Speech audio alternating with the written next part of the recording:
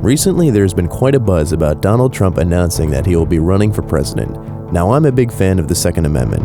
I like guns, I like 30-round magazines, and I like carry permits. I openly support the Second Amendment, and anyone running for president of the United States or any political office should have a similar view for the greatest chance of a vote from me. So where does Trump stand on the issue? Well, it depends where you look and when he spoke. There seems to be some conflicting views. Trump's toyed with the idea of running for president a few times now. Back in 2000, Trump was interested in the Reform Party, where he did say some pretty specific things about firearm rights. It's often argued that the American murder rate is high because guns are more available here than in other countries. After a tragedy like the massacre at Columbine High School, anyone should feel that it is too easy for Americans to get their hands on weapons, but nobody has a good solution. This is another issue where you see the extremes of two existing major parties. Democrats want to confiscate all guns, which is a dumb idea because only law-abiding citizens would turn in their guns and the bad guys would be the only ones left armed. The Republicans walk the NRA line and refuse even limited restrictions. I generally oppose gun control, but I support the ban on assault weapons, and I also support a slightly longer waiting period to purchase a gun. With today's internet technology, we should be able to tell within 72 hours if a potential gun owner has a record. Technically, this isn't so bad. First off, he doesn't say there will be a confiscation, and probably one of the most eye-opening statements is the fact that he realizes that criminals would never turn them in anyway. Holy cow, someone actually realizes that this kind of stuff only affects law-abiding citizens. He also talks about the support of the assault weapons ban. This was during a time when such a ban was in play. Today, this is pretty much seen as a dark period for the Second Amendment history. This was a long time ago, and firearm activists have taken a big step in the forward direction of defending our constitutional right.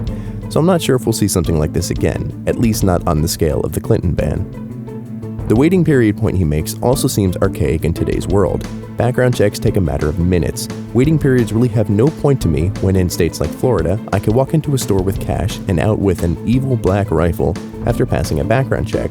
But if I wanted to buy a .22 LR target pistol and didn't have my concealed carry permit, I would have to wait 3 days.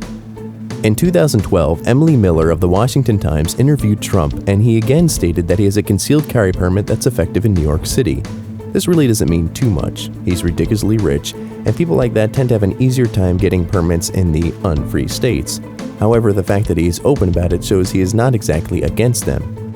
And, I've had a concealed permit for many, many years, and it's not easy to get in New York City, let me tell you. Fast forward to 2015, we all remember the very unfortunate terrorist attacks on Paris in January. Trump actually had some very interesting comments to say about the issue that he tweeted to the public, such as, "If the people so violently shot down in Paris had guns, at least they would have had a fighting chance." Also, isn't it interesting that the tragedy in Paris took place in one of the toughest gun control countries in the world? So what about now? What about today when he actually announces that he is running for the Oval Office? Let's start with him saying, fully support and back up the Second Amendment. He goes on to talk about the two criminals who recently escaped from prison. Fully support and back up the Second Amendment. Now, it's very interesting. Today I heard it. Through stupidity, in a very, very hardcore prison, interestingly named Clinton, two vicious murderers, two vicious people escaped, and nobody knows where they are. And a woman was on television this morning, and she said, Mr. Trump, and she was telling other people, and I actually called her, but she said, Mr. Trump, I always was against guns. I didn't want guns.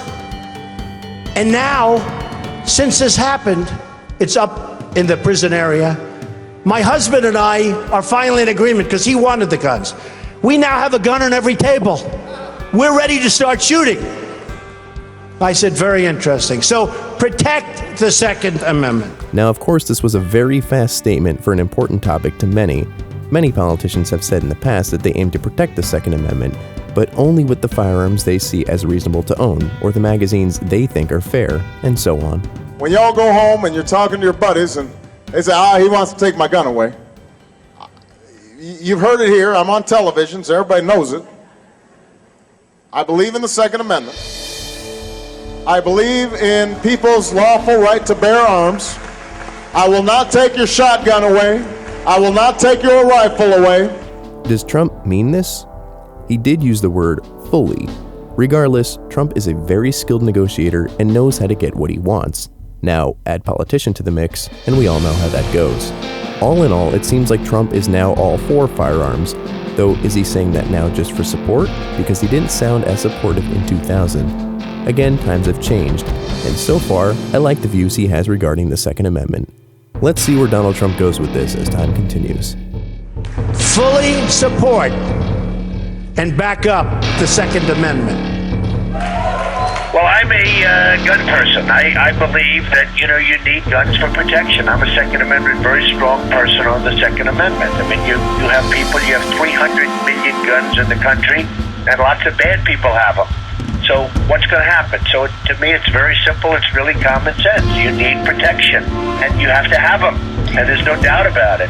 And, if there was ever some kind of a law passed, which I can't even conceive, where people turn in their guns, the good people are going to turn in their guns. The bad people aren't. Yeah. That's right. Well, then, what does the Second Amendment mean to you? Well, it means everything. It means so much. You need to be able to protect yourself, and in addition, lots of other things. But above all, protection. And these people that want to chop it down, knock it down, decapitate it, it should not be allowed. It never be allowed. Now, let me tell you, if I run and if I win, it is protected.